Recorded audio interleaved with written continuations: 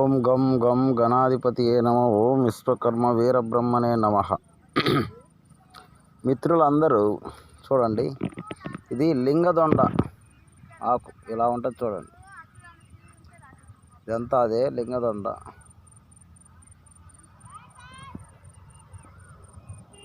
ఈ లింగదొండ ఆకు ప్లస్ గాడిద గడ్డపాకు ఈ రెండు కలిపి రసం తీసుకొని, అది ఒక 1/2 లీటరు, ఇది ఒక 1/2 లీటరు, రెండు కలిపి ఈ రసం తీసుకొని పాదరసము వండుకుంటే అది ఒక 900 డిగ్రీల దాకా వస్తుంది మిత్రమా. ఆ విధంగా మీరు ఏర్పాటు చేసుకోవచ్చు. ఈ లింగదొండ ఆకు అనేది దీంట్లోనే రసం కూడా కట్టుద్ది. దీంట్లో అగ్నిజయం చేసుకోవచ్చు, ప్లస్ రసం కట్టచ్చు. ఈ విధంగా రసం కట్టుకోవడానికి మంచి మార్గం ఇది. మీకు ఓన్లీ నేను అవగాహన కొరకే చెప్తున్న మిత్రమా. ప్రతి ఒక్కరు జాగ్రత్తగా తెలుసుకొని ముందుకు పోవచ్చు. ఈ లింగదొండ ఆకు అనేది ఈ విధంగా ఉంటుంది.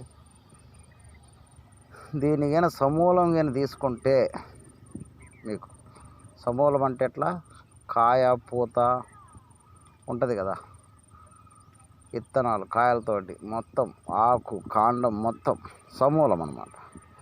సమూలం తీసుకొని కానీ పసరు తీసుకునే మాట అయితే మీకు ఇంకా బాగుంటుంది.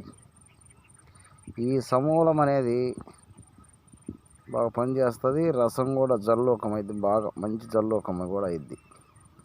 ఓసారికి 2 సార్లు అయినా వండుకున్నా జల్లోకం అయింది.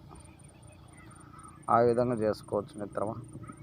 ప్రతి ఒక్కళ్ళు కూడా దీన్ని బాగా ఆలోచించుకొని జాగ్రత్తగా ముందడుగేయండి. ఓన్లీ మీకు నేను చెప్పేది ఏంటంటే, ఓన్లీ మీకు ఇవన్నీ మూలికలు అవగాహన కొరకే చెప్తున్నా మిత్రమా. మరి దాన్ని బట్టి మీరు అనుసరించండి. ఇది లింగదొండ ఆకు అంటారు. ఈ విధంగా ఉంటుంది లింగదొండ ఆకు. ఈ లింగదొండ ఆకు ఈ విధంగా ఉంటుంది కాబట్టి మీకు క్లియర్గా చెప్తున్నా, ఓకేనా. ఆ విధంగా మీరు చేసుకుంటూ ఈ లింగదొండ ఆకును సపరేట్గా తీసుకుంటే కానీ మీకు మగినము మెట్టలు కాదు. దీంట్లో ఉప్పు కట్టి వేసుకోవాలి. మగినమైన తర్వాత ఉప్పు కట్టి, ఆ కట్టిన ఉప్పులోనే దీంట్లో ఈ మగినాన్ని బిగించుకోవాలి. ఆ విధంగా బిగించుకుంటే అయింది, ఓకేనా. విశ్వకర్మ అవగాహన వీడియోస్. Thank you.